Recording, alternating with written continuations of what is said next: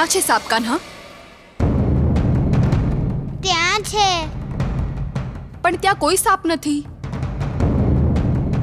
છે ત્યાં આગળ. શું વાત છે લાલા? તું આટલો ઉદાસ કેમ છે? સાપ. યશોદા, યશોદા, નંદરાયજી, નંદરાયજી.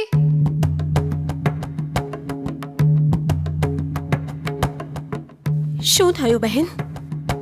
જુઓ ને યશોદા, લાલાને શું થઈ ગયું છે? કેવો ઉદાસ થઈને ઊભો છે અહીંયા. મને તો કંઈ જ નથી સમજાઈ રહ્યું. શું થયું રે લાલા? સાપ. સાપ? ક્યાં છે સાપ? ત્યાં પેલી બાજુ છે. ત્યાં છે.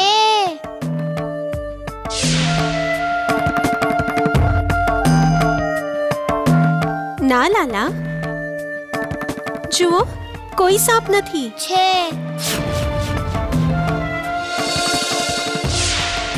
નથી, કોઈ સાપ નથી. લાલા, શું થયું? જોઈ રહ્યા છો ને આપણા લાલાની અવસ્થા? અવશ્ય એ કંસે જ મારા લાલા પર કંઈ કર્યું છે. ક્યાંક ક્યાંક કંસે કંઈ તંત્ર મંત્ર તો નથી કરી દીધું ને?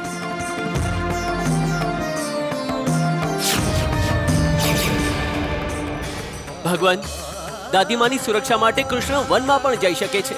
એમને વનમાં એકલા જોઈને વિચલિત પણ થયા છે. એ જતા કેમ નથી? દેવર્ષિ, મારા કૃષ્ણ અવતારમાં હું સૌને એ જ દેખાડવા ઈચ્છું છું કે આપ જેવા કર્મ કરશો, આપને એના એવા જ કર્મ ફળ ભોગવવા પડશે. આ જન્મમાં અન્યથા આવતા જન્મમાં કર્મ ફળ ભોગવવું જ પડશે. વહુ, તમે એટલે ઉદાસ છો કે હું સુંદરને કૃષ્ણથી પણ સુંદર નથી કહેતી. નાદાન, કૃષ્ણ સુંદર છે. કૃષ્ણમાં એક દિવ્ય આકર્ષણ છે. એટલા માટે તો તમે સ્વયંના સુંદરને કૃષ્ણ બનાવવા માંગો છો. તમે સત્યથી અજાણ છો વહુ. તમે સ્વયં નથી જાણતા કે તમે કૃષ્ણની ભક્તિ કરો છો. નારાયણ નારાયણ, સત્ય કહ્યું દાદીમાએ. ભગવાન, પુષ્પા ગોવાળણની દશા કઈ રીતે સમજી ગયા તેઓ? હું પણ કૃષ્ણની ભક્તિ કરું છું વહુ. હવે કૃષ્ણ પણ મારી ભક્તિને માન આપે છે વહુ, અને તમારી ભક્તિનું સન્માન નથી કરતો. એટલા માટે તમે મારી ઈર્ષ્યા કરો છો. હવે હું જાણી ગઈ વહુ. કૃષ્ણની પાસે જવા માટે જ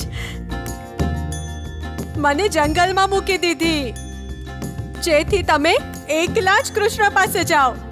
નારાયણ નારાયણ. કિંતુ નાદાન, તમે એ ભૂલી ગયા કે ઈશ્વર સૌનો હોય છે. એમને મેળવવા માટે સર્વ કોઈ ભિન્ન ભિન્ન સ્વયંનો માર્ગ શોધે છે. તો સાચું કહું વહુ, તમે જે માર્ગ સ્વીકાર કર્યો છે ને એ ઉચિત નથી. આહા, નારાયણ નારાયણ. ભગવાન, દાદીમા તો જ્ઞાનની વાતો કરે છે. દેવર્ષિ, જ્યાં ભક્તિ છે ત્યાં ભગવાન છે. જ્યાં ભગવાન છે ત્યાં જ્ઞાનનો સાક્ષાત્કાર છે. નારાયણ નારાયણ. હવે સાચા માર્ગ પર આવી જાવ વહુ, અને આ લાચાર આંધળી સાસુને ઘરે લઈ જાઓ. મારો સુંદર દીકરો મારી રાહ જોઈ રહ્યો હશે. મારે એને વાર્તા સંભળાવી છે વહુ. લાકડી મળી ગઈ વહુ, લાકડી મળી ગઈ. સાપ! કૃષ્ણ, કૃષ્ણ, કૃષ્ણ આવી જાઓ. ભાઈ, પ્રણામ ભાઈ. યશોદા, અત્યાર સુધી તો ચૂપચાપ અને ઉદાસ હતો અને હવે અચાનક આ બલરામને જોઈ લીધો ને. અતિ પ્રસન્ન દેખાઈ રહ્યા છો કનૈયા. ભાઈ સાપ ગયો. હજી સુધી સાપને નથી ભૂલ્યો.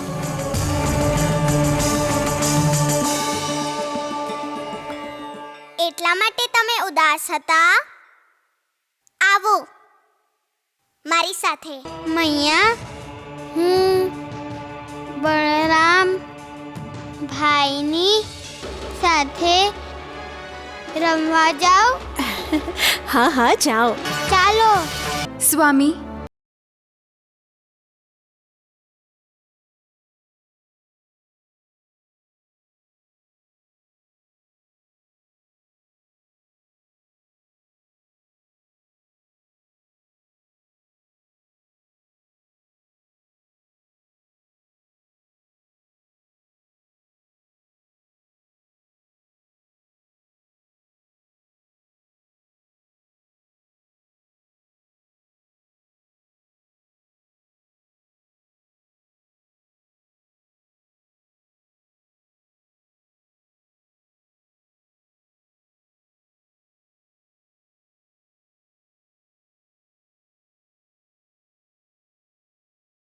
સત્યના દર્શન કરાવીને મારી પાસેથી મારી સર્વ ખુશીઓ ચૂંટવી લીધી.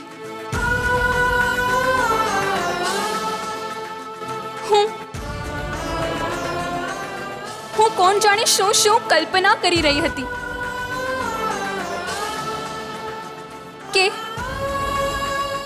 કે જ્યારે આપણે ગોકુળ જઈશું ત્યારે કૃષ્ણ આપણને જોતા હવે દોડીને આવી જશે અને પોકારશે, માં, પિતાશ્રી, અને એને હું મારા ગળે લગાડીને ભેટી પડીશ. કલ્પના કરીને આ રીતે ઉડવું બંધ કરો દેવકી. મગધ નરેશ જરાસન ચાલ્યા ગયા છે તો ભાભીએ પણ ચાણૂરને કઠોર ચેતવણી આપી છે. હવે આપણી વિરુદ્ધ કોઈ પણ ષડયંત્ર નહીં રચે.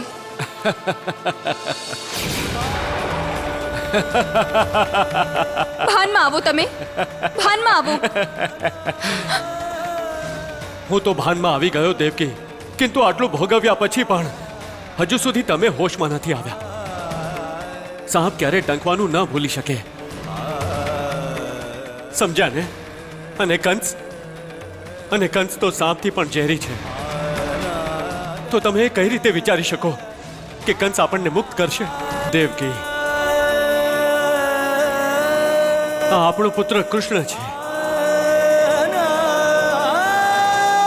અને આપણે કૃષ્ણના ચિત્રને જોઈને જ આપણું પૂર્ણ જીવન વ્યતીત કરવાનું છે. કારાગૃહની 4 ભીત વચ્ચે આજ આપણું ગોકુળ છે અને આજ આપણો પુત્ર.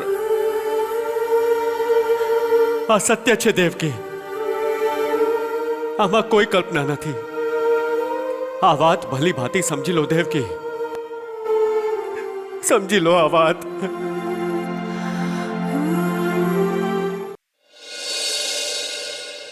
અરે પુષ્પા, તું એકલી આવી રહી છે? બહુ ખુશ થઈ રહી છે. ક્યાંક તારા સાસુને મૂકીને તો નથી આવી? એટલો જ પ્રેમ ઉભરાઈ રહ્યો છે તો જાઓ, જઈને શોધી આવો એમને. મને તો એ જ નથી સમજાતું કે સાસુ મારા છે પણ તમને લોકોને આટલી ચિંતા કેમ થાય છે? અહીંયા ક્યાં? મારી પાસે આવો ને. હું જલ્દી આવીશ. ક્યાં જઈશ તું કાન્હા? 10 પગલા પાછળ જાઉં. મને તો આ સર્વ વિચિત્ર લાગી રહ્યું છે. હા, એવું લાગે છે જાણે પેલા મહાકાય બગલાનો પ્રભાવ પડ્યો છે કન્હૈયા પર. નારાયણ નારાયણ. ભગવાન, આ શું? મૈયા તો ચિંતિત થઈ ગયા છે. દેવર્ષિ, માની મમતા મનમાં શંકાઓ, ચિંતાઓને જન્મ આપે છે. પરંતુ એ જાણતી નથી કે કૃષ્ણ વાંસળી વગાડીને દાદીમા સાથે સંવાદ કરે છે. નારાયણ નારાયણ.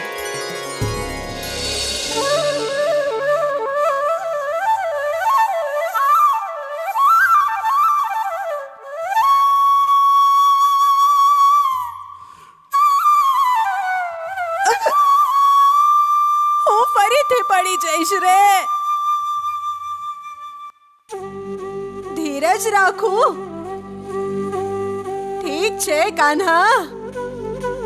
હા હા, જેવું તમે કહેશો એવું જ હું કરીશ. તમે જ તો આ આંધળી ડોશીની લાકડી છો. તમે જ તો મારો સહારો છો. તમારી જ તો કૃપા છે મારી ઉપર.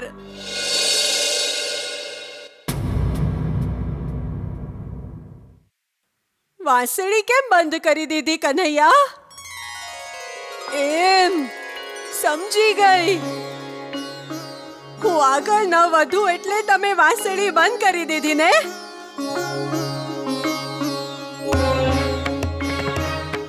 એનો અર્થ મારી લાકડી અહીંયા જ ક્યાંક છે. હા, ફરી કોઈની સાથે વાત કરી કાન્હાએ? કોની સાથે વાતો કરતો હશે? લાકડી અહીંયા જ ક્યાંક છે તો મળતી કેમ નથી રે? મળી ગઈ લાકડી. કૃષ્ણ, લાકડી મળી ગઈ રે.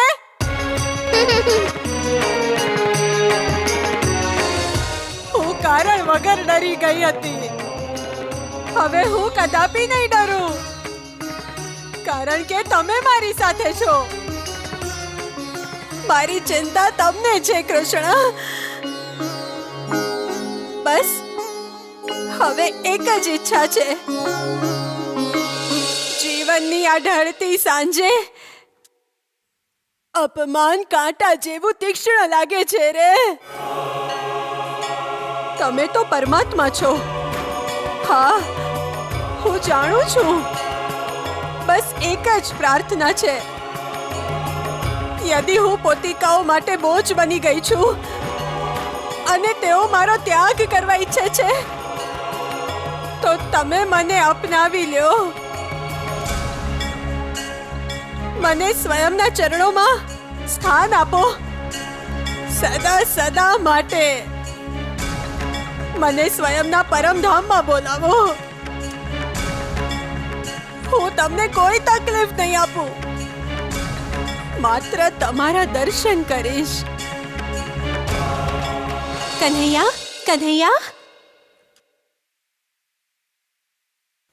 શું થયું કન્હૈયા? શું થયું છે તમને? હા, કાન્હા? કાન્હા, કોની સાથે વાત કરતો હતો તું?